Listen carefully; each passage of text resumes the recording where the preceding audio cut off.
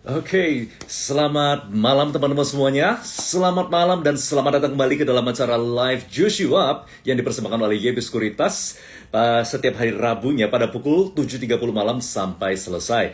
Bersama dengan saya Raymond hari ini, Rabu tanggal 14 Januari 2025, kita akan berbincang-bincang bersama dengan Pak Johan selaku IHAP Manager dari YB Sekuritas Padang. Oleh karena itu jangan kemana-mana, karena tema kita pada hari ini sangat menarik sekali ya. Kita akan berbincang-bincang mengenai MSCI Watchlist, Stocks to Prepare this Year. Oke, selamat malam kembali, selamat malam teman-teman yang semuanya sudah bergabung. Dari Ervan, malam Pak, selamat malam juga Pak Ervan. Dari Black Sobat, malam Pak, selamat malam juga. Oke, baiklah kalau begitu, tanpa berlama-lama lagi, saya mau mengundang terlebih dahulu Pak Johan untuk dapat turut bergabung bersama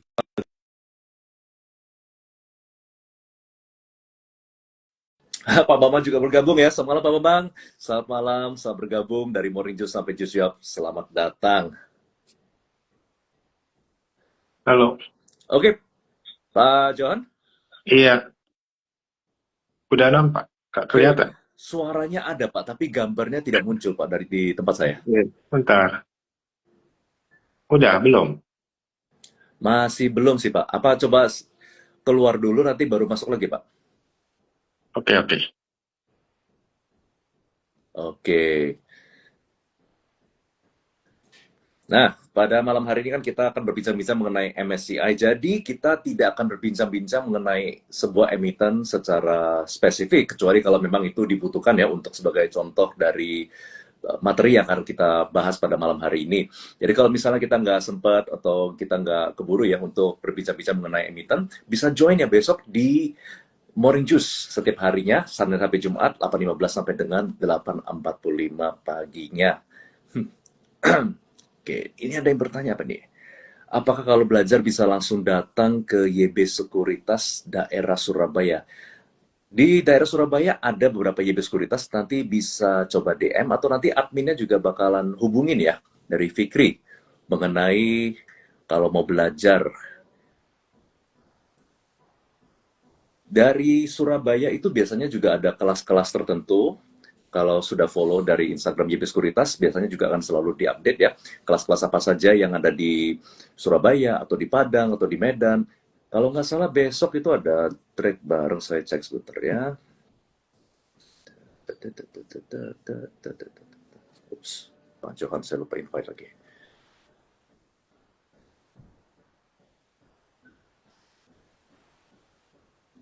Oke, saya sudah invite Pak Johan. Saya cek dulu ya. Oke, Nah, oke. sudah muncul Pak Hmm. Johan. Baik, kedengaran jelas Pak Johan? Dengar Pak El, jelas. Oke, baik. Siap Pak Hmm. Johan. Nah, kita langsung mulai aja ya Pak Johan. Kita mau Oke, bincang-bincang mengenai MSCI hari ini. Dampak dari MSCI ya, seperti apa, timing untuk belinya seperti apa, dan tentunya saham-saham yang berpotensi yang masuk ke dalam MSCI itu seperti apa. Tapi nanti kalau yang tentang saham ini mungkin kita akan diskusinya mungkin nanti ada agak belakangan ya. Timing boleh. entry sama tentang strategi di dalam trading ini sendiri. Nah, Pak Johan, kalau kita berbicara mengenai dampak dari MSCI ya.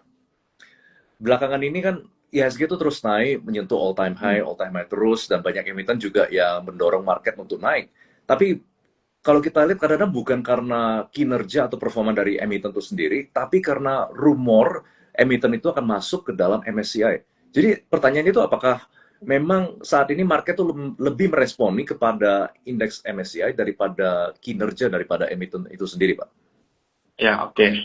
Jadi kalau kita flashback sebentar ya Pak Raymond ya, Mm-mm. kita lihat tahun yang lalu ya, kalau dilihat di awal 2025, itu market itu sepi ya, dalam market sepi. Nah, benar saham-saham yang secara fundamental juga tidak ada yang perform gitu. Ya, market Mm-mm. cenderung koreksi di awal tahun. Nah, ketika ada berita MSCI, ketika ada beberapa saham yang masuk ke MSCI, ini menjadi katalis baru yang membuat market itu lebih bergairah lagi. Dan itu terutama ditandai dengan saham-saham 4PP yang berhasil masuk di MSCI gitu. Jadi ada Mm-mm. beberapa rumor atau beberapa isu gitu ya, katakan wah ini saham kalau saya dulu cuan ya, cuan brand gitu ya. mau Hmm. masuk MSCI, nah itu sambil langsung naik gitu. Nah ini Hmm. membuat investor jadi mengalihkan ya perhatian mereka dari saham-saham, karena beberapa saham itu udah nggak itu ya, dibilang nggak layak, bukan nggak layak ya, tapi eh, nggak perform ya, nggak perform. Jadi Hmm. saham itu Hmm. nggak perform, nggak terlalu ada volatilitas, sehingga ya, dana-dana itu cenderung mainnya di saham konglomerasi seperti itu. Nah, Hmm. kebetulan platform konglomerasi ini memang target mereka adalah MSCI gitu. Mereka Hmm. masuk ke MSCI ya, kebetulan itu kan waktu itu diawali dengan sahamnya Pak PP ya, grupnya Pak PP, sehingga ramelah saham-saham yang mau masuk ke MSCI ini menjadi trigger, menjadi katalis buat kenaikan ISG kita. Maka I see. dikatakan sekarang ini maka MSCI itu lebih sensitif gitu. Isu MSCI lebih sensitif sehingga itu membuat market lebih bergairah, jadi Hmm. ke-trigger buat orang pengen ikutan apalagi nih saham MSCI berikutnya apalagi nih gitu. Sehingga orang Hmm. mulai buat jangka pendek dua saat itu orang melupakan kinerja fundamental gitu. Iya, iya, iya. Jadi sebenarnya kalau tidak ada MSCI ini, IHSG kita mungkin sideways dan flat gitu aja Pak ya berarti ya? Iya, agak lesu. Maksudnya agak lesu karena secara ekonomi makro juga nggak terlalu bagus, secara Hmm. rupiah kita juga melemah ya, jadi daya beli turun gitu. Jadi nggak ada satu katalis yang buat ya ekonomi kita tuh bergerak gitu, terutama sebelum Hmm. sebelum Pak Purbaya ya, sebelum Pak Purbaya masuk gitu.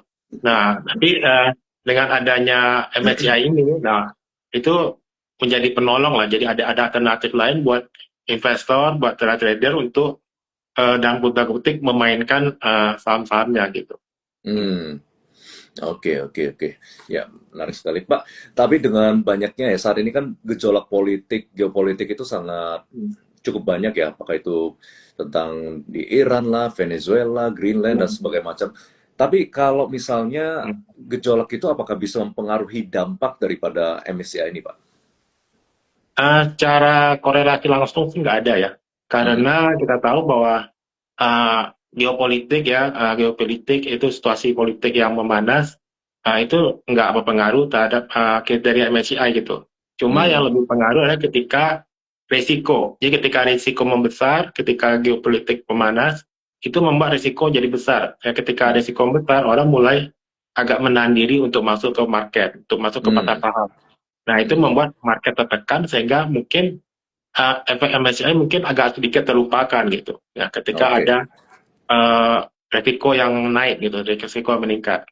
Sehingga ketika terjadi geopolitik memanas ini, emang mungkin orang bakal lebih menahan diri ya. Tapi untuk secara langsung, secara tidak langsungnya, eh, pengaruh ke MSCI nggak terlalu gitu. Karena Hmm. MSCI ini kan lebih ke arah eh, perhitungan itu ya, free float, Free apa float segala ya. macam. Jadi Oke. nggak ada pengaruh dengan kondisi yang memanas gitu. Oke. Nah, kalau ngomong-ngomong soal tadi kriteria untuk masuk ke dalam MSCI, salah satunya itu adalah free float itu. Jadi, apakah itu adalah kriteria yang paling penting, Pak? Kalau misalnya soal performanya atau kinerja atau fundamentalnya, apakah itu juga memainkan peranan yang penting? Kalau kita lihat secara MSCI ya, sebenarnya fundamental nggak terlalu pengaruh ya. Karena kita lihat saham-saham yang masuk MSCI itu kayak saham 4BP itu secara fundamental tuh mahal sekali gitu. Hmm. BV-nya udah berapa, PER-nya udah Oke. berapa gitu. Jadi fundamental ya mungkin kalau kita bicara fundamental secara textbook ya, secara old school, nah itu Hmm. mungkin nggak masuk gitu. Tapi kalau sekarang dikatakan ini new fundamental dikatakan ya, jadi new fundamental, new economy, sehingga itu cara hitungnya beda lagi gitu. Nah, Hmm. kalau kita lihat MSCI, memang kriterianya lebih ke market cap dulu, market cap yang gede. Karena MSCI ini kan investor asing ya, jadi fund-fund asing mau masuk, mau investasi, mereka butuh likuiditas yang gede, yang besar. Hmm. Sehingga ketika mereka masuk berapa T gitu ya, 1T, 5T gitu ya. Nah, mereka takutnya bisa beli tapi nggak bisa jual gitu. Hmm. Makanya mereka butuh cari yang satu syaratnya ya market cap-nya sekian, kemudian nanti ada free float-nya berapa gitu. Jadi kalau misalnya free float-nya terlalu kecil, berarti kan terlalu gampang dimanipulasi ya, takutnya seperti itu. Hmm. Nah, Ya, jadi yang ya. paling penting itu adalah likuiditas gitu. Nah. Oke, oke. Karena mereka nggak mau nyangkut juga ya di saham itu. Iya. Bisa masuk, nggak bisa keluar nanti. Nah, Heeh. kalau misalnya, Pak ya, kalau saham-saham yang baru IPO di 2025 itu, apakah saham itu punya peluang untuk masuk ke dalam MSCI di tahun 2026 nih? Sebenarnya ada peluang sih, walaupun Hmm. mungkin nggak semua ya. Tapi peluang tuh ada, apalagi kalau misalnya dia udah naiknya cukup tinggi, ya berarti kan Hmm. dengan kenaikan harga cukup tinggi kan berarti meningkatkan market cap dia ya. Hmm. Nah, nanti market cap-nya udah tinggi, nanti dilihat lagi dia punya apa free float-nya kayak gimana gitu. Mencukupi nggak dia punya aturan MSCI gitu, layak nggak masuk gitu. Masuk nggak Hmm. kriteria MSCI gitu. Nah, jadi Oke. sebenarnya ada beberapa yang cukup layak gitu, yang bisa ada kriteria gitu. Cuma mungkin nggak semua gitu. Oke, oke, baik, baik. Nah, kira-kira Pak, apa sih yang menjadi tanda awal kalau sebuah saham itu tuh sebenarnya sedang diakumulasi untuk masuk ke MSCI itu? Apakah ada parameter atau indikator yang bisa kita perhatikan, Pak? Atau apakah bisa nggak kita lihat itu di melalui chart, Pak? Ya, yang paling gampang kita lihat pasti melalui chart ya, Hmm. karena pergerakan harga tuh nggak bisa bohong gitu. Jadi kalau kita lihat fundamental, ini kita bingung. Ini saham kok nggak ada apa-apa, nggak ada berita, nggak ada apa-apa. Mungkin juga secara fundamental valuasi kemahalan gitu ya, tapi dia Hmm. bisa naik terus gitu. Nah, di Hmm. sini kita bisa lihat misalnya ciri-cirinya mungkin kita bisa lihat dari volume ya. Jadi ketika saham mungkin mulai ramai diperdagangkan ya, mulai ramai ditransaksikan, nah itu mungkin ciri awal berarti ada something gitu. Kemudian juga pasti harganya konstan naik. Jadi konstan ini bukan tiba-tiba melejit ya, bukan tiba-tiba arah-arah terus gitu. Kalau itu kan beda. Kalau itu misalnya ada backdoor atau apa. Tapi kalau dia naiknya pelan tapi konstan gitu. Naik turun tapi dia bikin higher high, higher low. Nah itu memang uptrendnya itu bagus. Dan itu terjaga. Dan kemudian ketiga kita lihat juga asing ada masuk. Jadi kita juga lihat paling penting sekali adalah ada inflow dari asing. Jadi ketika asing mulai beli, nah kita lihat, padahal kan nggak ada berita apa-apa, Hmm. nggak ada Hmm. news apa-apa, tapi asing mulai masuk. Nah mungkin ini salah satu radar yang mungkin kita belum detect sama kita gitu, yang kita Hmm. asing udah lebih duluan punya radarnya gitu. Jadi sebenarnya mereka itu sudah tahu duluan atau mereka juga kira-kira seperti itu? Spekulasi, karena Spekulasi yang juga ya? ya karena yang benar-benar tahu kan petinggi-petinggi yang di MSCI, ada hitung-hitungan mereka. Oke, oke, baik. Kalau misalnya sebuah saham itu mulai bergerak, Pak, gimana caranya kita bisa membedakan kalau saham itu bergerak karena memang ada sentimen dari MSCI atau saham itu bergerak itu karena ada sentimen lain seperti earningnya atau memang karena sektornya lagi bergerak, karena ada flow, karena kondisi makro atau apapun itu juga, Pak. Gimana kita Biasanya banding itu bedainnya? kombinasi ya, ada Hmm. kombinasi juga. Jadi saham mungkin juga nggak mungkin tiba-tiba naik tanpa ada katalis dari fundamentalnya, dari sisi makronya juga gitu. Ya Hmm. kalau mungkin saya kasih contoh kayak Bumi ya. Nah Bumi kenapa bisa naik misalnya? Karena Bumi secara fundamental dia kemarin ada kuasi organisasi ya. Hmm. Kemudian dia juga ada hasil akuisisi tambang di Australia. Nah Hmm. itu kemudian juga tambang emas. Kemudian juga harga emas juga ikutan naik. Nah, itu mendorong katalis buat kinerja dia meningkat gitu. Nah, tapi kan Hmm. kinerja itu nggak cukup aja seperti itu. Kadang-kadang kan harga saham kan nggak selalu mengikuti kinerja ya. Nah, Ya. tapi ketika harga dia naik, nah itu kita bisa lihat itu juga naiknya stabil, diakumulasi oleh asing juga ikutan masuk gitu ya. Walaupun dari sisi pengendali jualan terus kita lihat seperti itu, tapi kan harga masih kuat. Nah, berarti Hmm. ada sesuatu kekuatan yang lebih besar dari pengendali yang pengen ngerubah gitu ya, pengen bawa harga Hmm. naik seperti itu. Oke. Oke, menarik, menarik. Oke, nah bagi teman-teman semua yang mau nanya mengenai tema pada malam hari ini, MSC bisa dituliskan ya di kolom komentar di bawah sini. Kalau ini ada yang bertanya, tiga saham yang potensi masuk MSCI Februari. Oke, nanti kita akan discuss. Sebentar lagi kita akan discuss, jangan kemana-mana ya. Kalau misalnya sekarang Pak, kan semua orang pasti nih pengen masuk ke dalam ikutan rally-nya MSCI. Banyak orang yang ya mereka takut ketinggalan gitu. Tapi sebenarnya timing entry yang paling cocok itu kapan ya Pak ya? Apakah jauh sebelum announcement, mendekati announcement atau setelahnya? Atau mungkin bahkan setelah efektif date baru kita bisa paling aman masuk ke dalamnya? Ya, kalau kita lihat waktu yang paling ideal, yang paling cocok itu memang sebenarnya jauh-jauh hari ya, jangan mepet-mepet gitu. Ya mungkin 2 bulan ya atau 1 bulan sebelumnya. Nah itu ya itu udah maksimal ya paling lama gitu. Paling cepat itu itu 1 bulan sebelum. Mungkin juga kita juga tunggu waktu yang tepat itu jangan terlalu buru-buru juga gitu. Karena kita nggak, kalau misalnya udah dekat-dekat harinya, itu Hmm. pasti harga udah terlanjur naik gitu. Sehingga kita malah ketinggalan gitu. Jadi Hmm. emang paling bagus itu adalah ketika masih jauh-jauh hari. Sebenarnya ketika MSCI itu udah dirilis, udah dilaporkan yang mana-mana aja yang masuk gitu ya. Ketika udah efektif, itu sebenarnya di pasar tuh udah ada rumor gitu. Oh ini nanti next sebenarnya ini ada calon-calon gitu.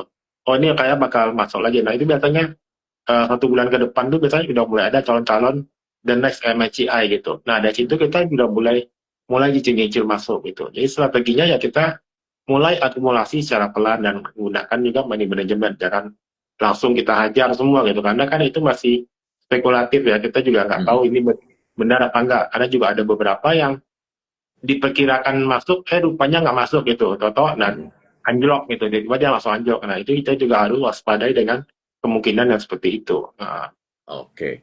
Kalau dari Pak John sendiri, biasa strategi tradingnya apakah juga akumulasi sama atau juga ada yang itu Pak sebelum effective date itu? ya, saya sih akumulasi. Akumulasi dalam arti swing trading ya, swing trading kalau saya.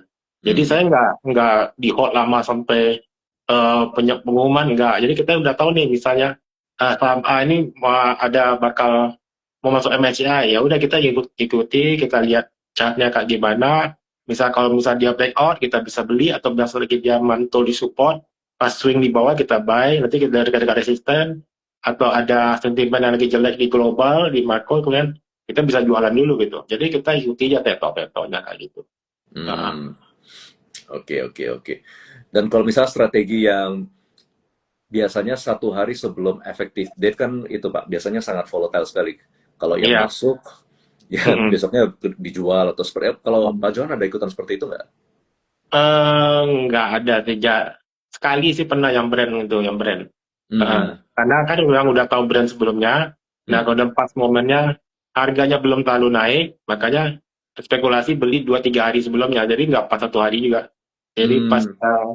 1-2 hari sebelum pengumuman dibeli, kemudian pas pengumumannya dia keluar itu dia masuk MSCI, pengumumannya udah muncul, harganya gap, langsung jual gitu. Hmm. Oke, oke. Tapi nggak selalu seperti itu ya, Pak ya? Iya, nggak bisa selalu seperti itu. Kalau itu kan memang benar-benar udah 90% udah pasti masuk gitu. Hmm. Oke, oke. Oke, nah sekarang kita mau bahas yang menarik Pak Andi mengenai watchlist-nya saham. Saham kira-kira apa saja saham yang menurut Pak Johan itu berpotensi untuk masuk ke dalam MSCI pada bulan MSCI yang awalnya bulan berapa Pak ya? Pengumumannya 10 Februari ya. 10 10 Februari. Februari. Nanti efektifnya 1 atau 2 Maret. Hmm. Oke, baik. Nah, jadi kira-kira saham apa Pak yang menurut Pak Johan Oke. berpotensi itu masuk?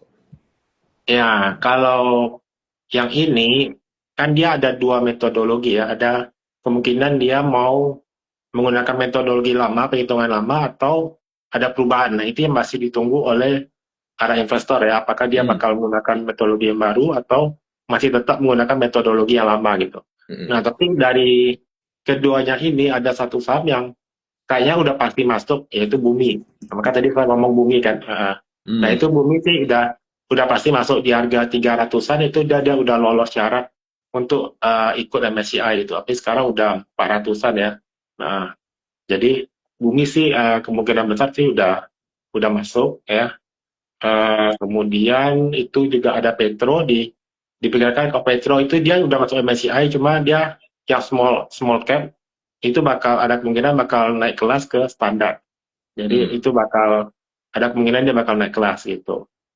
Uh, Untuk bumi itu juga naik kelas kan Pak ya? Baru masuk kayaknya. Kalau Belum yang Pak. main Kemarin Dewa belum kali. masuk ya Pak ya? Belum, yang baru masuk itu Dewa atau Energi ya. Oh, BRMS ya? Nah, Ya. BRMS juga masuk. Hmm. Kalau Bumi ini baru masuk. Jadi Bumi, PTRO, kemudian juga film ya, film. Oh, film juga. Film ada puluh, karena dia udah naik, harga udah tinggi, jadi market cap-nya udah gede. Hmm. Kemudian Pani juga ada peluang masuk ya, karena dia kemarin kan baru ada isu, jadi otomatis jumlah lembar sahamnya bertambah, kemudian Hmm. juga sama kayak oke. Cuma free float-nya mungkin masih dihitung apa benar bisa masuk apa enggak gitu. Hmm. Kemudian juga ada IMPC, nah itu juga masih 50-50 ya. Uh, IMPC atau ya, INP? IM, M ya? Impact Pratama, Impact Oke, Pratama. Uh, oke. itu sih saham-saham. Nah, yang kita harus waspada sih, kalau MSCI menggunakan metodologi yang baru, itu Mm-mm. ada beberapa saham yang potensi untuk keluar dari MSCI. Salah Mm. satunya Cuan, ya, Cuan, AMMN, Indofood, sama Cepin. Nah, tapi yang paling pengaruh tuh Cuan sama AMMN. Itu yang bakal bikin stok terapi di market gitu, karena banyak saham Pak PP yang trader-trader yang main di saham Pak PP, dan kemudian juga kalau satu turun biasanya ikutan yang lain juga akan ikutan kompak, ikutan turun gitu. Mungkin juga Oke, baik, baik. imbasnya juga terimbas ke sana gitu. Nah, itu yang mungkin yang kita perlu waspadai jika nanti MSCI katanya misalnya dia katakan menggunakan metodologi yang baru gitu. Nah, itu otomatis eh, ada potensi cuan itu keluar gitu. Hmm, oke, oke, baik. Kalau misalnya dengan yang sudah ada sekarang, perbankan kan juga dengar-dengar akan ada terdampak juga ya dengan kalau ada adjustment ini, Pak. Ya, itu perbankan mungkin pengurangan bobot ya, pengurangan bobot. Hmm. Jadi masih masuk di dalam, cuma bobotnya mungkin dikurangi seperti itu. Hmm. Jadi otomatis juga akan ada unloading ya, istilah bongkar muatan dikit. Tapi tetap pengaruhnya ke GSG kita juga bakal berdampak juga. Oke, oke. Tapi kalau semua sudah tahu gitu, apakah harga sekarang itu sudah termasuk pricing atau belum ya, Pak ya? Belum sih, belum pas. Belum Karena ya? ya ini kan all time high lagi kan, hari ini 9.000 lebih. Harusnya kalau atau price in harusnya udah agak agak slow, agak sideways 8 ribuan, 88 Hmm. gitu. Ini Oh masih gitu ya? digas terus, masih digas terus. Mungkin nanti menjelang MSCI awal-awal bulan Februari, nah itu mungkin mulai mulai itu price in-nya mungkin di awal-awal Februari mungkin. Hmm. Berarti sekitar bulan itu akan ada volatilitas juga ya nanti ya? Iya, betul. Tapi kenapa Pak? Ini peraturan ini kan katanya hanya dibuat untuk Indonesia ya Pak? Iya, Kenapa hanya di Indonesia Pak? ya karena di Indonesia sistemnya apa ya, struktur pemilikannya terdesentralisasi gitu, jadi sangat terkonsentrat gitu. Jadi Hmm. banyak yang pemilik yang bikin PT-PT Indo, ada anak-anak perusahaan yang benar masih punya dia juga. Itu sehingga misalnya merasa, aduh kayak kita dipermainkan nih kayak gitu. Masa yang punya replotnya kalau-olah banyak gitu, 15% tahu, tapi orangnya itu juga, Sendiri. lupa punya dia juga gitu. Nah itu makanya misalnya nggak mau kena, makanya kayak diperketat aturannya gitu. Iya, iya. Kasihan MSCI jadi sering jadi tempat ini ya, Exit pembuangan. liquidity. Iya. Jadi apakah karena meningkatkan free float ini jadi banyak emiten saat ini yang sedang RI juga gitu Pak? Iya, Apakah salah itu satu. salah satu dari alasannya? Jadi dengan adanya free float ya pasti emiten juga berusaha untuk itu ya, meningkatkan dia punya performa supaya ya mungkin kalau mereka ingin masuk ke MSCI pasti bakal itu lah, menambah porsi free float-nya. Maka kita lihat kemarin Pak PP kan menjual dia punya sedikit-sedikit dia punya pemilikan di brand supaya brandnya bertambah free float-nya supaya bisa masuk ke MSCI Hmm. gitu. Oke, oke, oke. Pak, ini kan MSCI itu dalam setahun itu ada 4 kali ya kalau nggak salah ya. Ya. Apakah di 4 kali rebalancing itu semua bobotnya sama atau ada bulan-bulan tertentu yang bobotnya itu lebih besar? Biasa kan setahun ada 4 kali ya, ada Februari, ada Mei, Agustus, sama November. Nah, biasanya yang paling besar itu, yang paling pengaruh itu Februari dengan November. Jadi di awal dengan akhir tahun. Nah, kalau Ah, pertengahan tahun itu nggak terlalu besar bobotnya, nggak terlalu berdampak. Jadi yang paling hmm. pengaruh itu awal dengan akhir. Mm. Oke, oke, baik. Nah, bagi teman-teman yang mau bertanya tentang topik ini bisa langsung dituliskan ya di kolom komentar bawah ini. Sorry Pak, bisa tolong tadi diulang lagi mungkin tadi ada yang miss tentang saham apa yang tadi masuk ke dalam MSCI. Tadi saya ada catatnya ada Bumi, ada Oke, film, Petro naik ya. kelas, terus Mm. apa lagi tadi ya? Pani Oh, Pani, ya. sama IMBC. Ya, Pani dan IMPC yang kemungkinan bisa masuk ke dalam MSCI Februari ini. Dan kalau Mm-mm. ada perubahan dalam metodologi yang perlu diperhatikan adalah Cuan, AMMN, INDF, dan juga Cepin ya, Pak? Ya, Oke, begitu. Nah, terakhir Pak, kesalahan apa sih yang paling sering terjadi dalam trading dalam momen MSCI ini Pak? Dan nasihat Pak John untuk para trader itu apa aja? ya. Saat paling sering terjadi ya para trader itu ya pertama mungkin nggak ngerti misalnya cara mainnya kayak gimana ya, Hmm, eh, ikut-ikutan gitu. Jadi mungkin pikir wah ini saham pas udah berita udah keluar ini masuk MSCI udah mulai borong gitu ya. Tahu hmm, kok pada turun harganya gitu kan? Saya jadi setelah MSCI kok harganya nggak gerak atau malah turun gitu. Nah, hmm, karena apa? Karena sebelum-sebelumnya harga tuh udah bergerak naik, udah price in, sehingga banyak kalau orang yang belum pernah mengikuti permainan MSCI hmm, pasti terkecoh gitu ya, terkecoh karena pikirnya wah ini sahamnya masuk MSCI ini bagus kita beli, tahu-tahu besok turun seperti itu. hmm, Jadi kita harus tahu kapan timing yang tepat, kapan kita keluar gitu. Yang kedua kita juga harus prepare ya, harus prepare ketika terjadi unexpected gitu ya. Apa yang kadang-kadang kita prediksi masuk, rupanya dia nggak masuk, nah itu pasti goncangannya cukup besar gitu, oke, efeknya gitu. Nah itu kita harus siap dengan kondisi seperti itu. Jadi kita harus punya trading plan sendiri. Ya ketika sudah nggak sesuai dengan trading plan kita, ya kita harus berani untuk exit atau cut loss misalnya seperti hmm, itu. oke, oke. Ini ada yang bertanya, kalau Dewa rumornya masuk juga Pak? Dewa, Dewa kayaknya udah masuk kali ya, kalau nggak salah. Dewa MSCI November kemarin masuk, udah masuk kali, Udah masuk ya? Indonesia. kayaknya ya. Oke. Kalau itu Pak, yang kemarin gagal masuk itu Tins ya kalau nggak salah yang masuk FC, Ya, masuk Tins. FCA ya? Tins karena dia masuk FCA, ini nggak boleh, nggak diperhitungkan.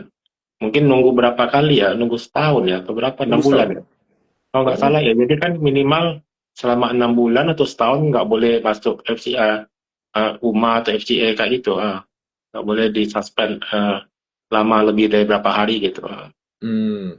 Sedangkan waktu itu Tins cukup lama ya, sebulan kalau nggak salah ya. Iya, kalau sudah masuk FCA lah gitu, udah masuk FCA otomatis nggak berlaku lagi. Berarti kayak dihitung ulang lagi. Ya mungkin eh, MSCI berikutnya ya mungkin bulan Agustus atau bulan November tahun depan ya tahun ini. Hmm, oke. Ini dari Roni tanya Pak, Pani target berapa untuk masuk ke MSCI? Pani sih 11 ribuan sih udah bisa masuk MSCI ya karena dengan adanya apa dia ada isu itu udah menambah dia punya porsi sehingga nggak mesti dikatakan mesti ke 20 ribu seperti itu ya. Nah, makanya harga Pani nggak terlalu banyak gerak kita lihat masih dijaga di level-level segitu ya karena dengan kondisi seperti ini pun dia benar udah bisa masuk MSCI. Maka Hmm, mungkin nanti ketika udah masuk MSCI beneran, nah itu mungkin harganya mungkin akan terkerek naik karena ada sentimen, kan. Kemudian juga mungkin mulai dilirik, gitu ya. Kemudian juga sektor properti juga udah mulai bergerak ya. Nah itu mungkin hmm. bisa jadi katalis buat dia naik gitu. Oke, baik. Nah, sebelumnya mau informasikan juga kalau kita akan ada live trading week ya, yang akan berlangsung 3 hari, tanggal 19, 21, dan 23 Januari. Tersedia online khusus nasabah YB. Dan onsite juga di beberapa kota, di Jakarta, di Padang, dan juga Surabaya, Semarang terbuka untuk publik untuk onsite. Jadi bagi teman-teman semua yang mau tertarik untuk ikutan live trading bisa daftar juga ya di websitenya di yb.co.id/events, bisa informasi semua bisa di sana atau bisa juga cek di Instagram YB Sekuritas. Oke. Dan ini ada yang tanya, Usman, dari beberapa news Dewa target harga MSCI itu di harga 1.200. Menurut tanggapan Pak Johan bagaimana? Ya, berarti kalau misalnya Dewa belum masuk MSCI, dengan harga sekarang masih di 700-an, berarti kan masih lama ya untuk dia mencapai target MSCI dia gitu. Ya mungkin nggak sekarang gitu, kita harus nunggu ya. Itu juga balik lagi keseriusan dengan keseriusan dari manajemennya sendiri, dari timnya Dewa sendiri untuk mampu nggak mengangkat harga ke 1.200 gitu. Nah itu juga butuh apa satu kondisi yang cukup rumit juga gitu ya untuk naik karena itu butuh 50% kenaikannya lebih 500 ya hampir dua kali ya dari 700 sampai 60-70% dari Hmm. harga sekarang gitu. Oke, Ya mungkin baik. nggak ada waktu dekat ya.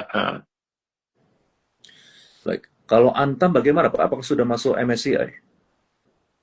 Kita mestinya, waduh, kalau saya jujur saya nggak hafal ya semua rilis saham itu, yang mana masuk MSCI, yang mana belum. Tapi mestinya kalau dulu dia tempat anjlok kayaknya sih sempat keluar kali ya, atau enggak. Tapi gini aja, kalau kita lihat nggak ada diinfoin dia bakal masuk, berarti ada kemungkinan sih dia memang udah di dalam gitu. Heeh. Karena kan dia kenaikannya juga cukup signifikan ya, dari 2000-an ke 4000 sekarang ya. Nah, mestinya sih Antam masih ada di MSCI. Karena itu nanti ada level harga tertentu di mana dia bakal keluar, kalau nggak salah. Jadi makanya ketika dia udah mencapai level 2000-an, kemarin itu dia tempat rebound. Kalau nggak salah seperti itu ya. Nah, nanti coba koreksi. Ya, tapi kalau saya nggak salah sih Antam masih di dalam. Kemarin dia sempat turun di level harga tertentu, itu dijagain supaya dia nggak bakal keluar dari MSCI itu. Makanya harganya dijagain waktu itu di 1900-an atau 1700 seperti Hmm, itu. oke. Coba saya Hmm. lihat ya. Ini dari MSCI November, BPC, BRI, Bank Telkom, Desa Benar, BPN Koto. Kalau di standarnya belum ada. Oh, Antam ada di small cap index, Pak. Oh, oke. Hmm. Ya, berarti Antam. mungkin ada peluang naik kelas ya, tapi mungkin nggak sekarang ya, mungkin. Ini Pak, di MSCI Indonesia Small Cap tuh ada Antam, MDKA, Film, Hmm. INKP, AADI, Pegas, Bumi juga termasuk di Small Cap. Hmm. Hmm. DSMG, Energi, KLBF, Mesin, Raja, dan WiFi Berarti, juga di Small Cap semua. hmm. Berarti ada peluang buat naik ke standar gitu. Yang film dengan bumi tadi. Oke, baik, baik, baik, siap. Ini ada yang tanya, minimal deposit YB berapa, Pak? Kalau nggak salah sih kita bebas ya. Tapi kalau idealnya sih 5 sampai 10 juta ya kalau mau buat trading ya. Oke, baik. Ya, jadi ada yang kalau tanya, kalau live trade nanti besok ngapain, ya kita trading bersama. Trading-trading bersama. Menang-menang bersama, kalah-kalah bersama. Yang penting bersama-sama ya. Oke, dari teman-teman, apakah ada pertanyaan lain sebelum kita akhiri Jusya pada malam hari ini mengenai MSCI? Apakah ada yang mau ditanyakan? Kalau teman-teman bertanya tentang emiten secara spesifik, bisa join besok ya di Live Morning Juice pada pukul 8.15 sampai dengan pukul 8.45 pagi. Oke, dari Pak John sendiri ada yang mau disampaikan lagi, Pak? Ya, berarti manfaatin lah ya momen Indonesia ini, setahun cuma 4 kali. Yang paling gede itu pengaruhnya di bulan Februari dengan November. Jadi teman-teman yang baru join atau yang udah pernah main MSCI ya, ini kesempatan buat cari cuan di MSCI ini masih ada di bulan Februari ini. Tapi nanti di bulan Mei atau bulan Agustus nggak terlalu pengaruh, nggak terlalu berdampak ya, MSCI-nya. Jadi bulan inilah yang lumayan ya kalau pengen memanfaatin momen dari MSCI ini. Itu sih. Oke, oke, baik. Ini dari Pak Bambang. Terima kasih Pak Remon, Pak Johan. Terima kasih kembali Pak Bambang yang Terima sudah kasih mengikuti Pak sampai Bambang. akhir. Dari Ada Hadi. Semangat 2026, bullish nih Pak. Ya, 10.000 ya. Iya. Usman, MSCI itu berapa tahun sekali Pak? Tiap tahun. Biasanya setahun 4 kali. Oke, ini dari Let's Boys. Selain saham-saham yang disebutkan, apakah ada saham lain yang berpotensi masuk MSCI? Buat sementara sih belum ya. Mungkin ada tapi masih panjang perjalanannya, kayak mungkin kayak Kandit dari Dewa, ada VKTF juga bisa masuk small cap itu. Karena itu kan banyak ya, ada small cap, ada mid cap, ada standar. Nah, biasanya Hmm, kan orang lebih perhatikan yang standar standar ya. indeks. Uh, Oke, oke. Ini kalau sahamnya Pak PP semua udah masuk MSCI ini kayaknya ya. PDIA belum. Oh, jadi betul betul. Uh, Iya, tapi kemarin BRPT, turunnya cukup BRPT juga ini. belum. Uh, BRPT Oke, juga oke. belum kayak. Ya sudah. Soal seperti itu saya kira 1 kali setahun, enggak, 4 kali setahun ya. Ada empat Pertanyaan kali pertama. momen MSCI dalam setahun. Jadi bisa pergunakan momentumnya. Seperti yang Pak John tadi bilang, di awal tahun dan juga akhir tahun itu yang paling paling paling signifikan, yang paling apa namanya, yang, Berdampak ya. yang paling berdampak ya. Pergerakannya itu yang paling Hmm. paling liar Ya. tuh. Hmm. Oke, baik. Apakah masih ada pertanyaan lain? Baiklah. Kalau begitu, bila tidak ada pertanyaan lain, kita akhiri terlebih dahulu ya Pak ya, Joshua pada malam hari ini. Sudah pukul Ya. 20.05. Oh, ini Hmm. Teriak Septian. Jadi ya belum Pak, mungkin bisa lah jadi Agustus. Mari Siapa sama-sama doain. tahu ya, Siapa siapa tahu. tahu. Oke, biar Kita biar Pak nggak PPI bisa. juga happy. Oke, baik kalau gitu. Terima kasih bagi teman-teman semua yang sudah mengikuti Josia pada malam hari ini dan sudah setia sampai akhir dan juga sudah turut berpartisipasi dalam pertanyaan-pertanyaan semuanya. Thank you juga Pak Johan yang sudah menjawab semua pertanyaan yang ada. Kalau begitu bersama dengan saya Raymond dan juga Pak Johan, kita mohon pamitan terlebih dahulu ya. Sampai jumpa semuanya. Selamat malam. Thank you Oke, thank semua. you. Bye-bye.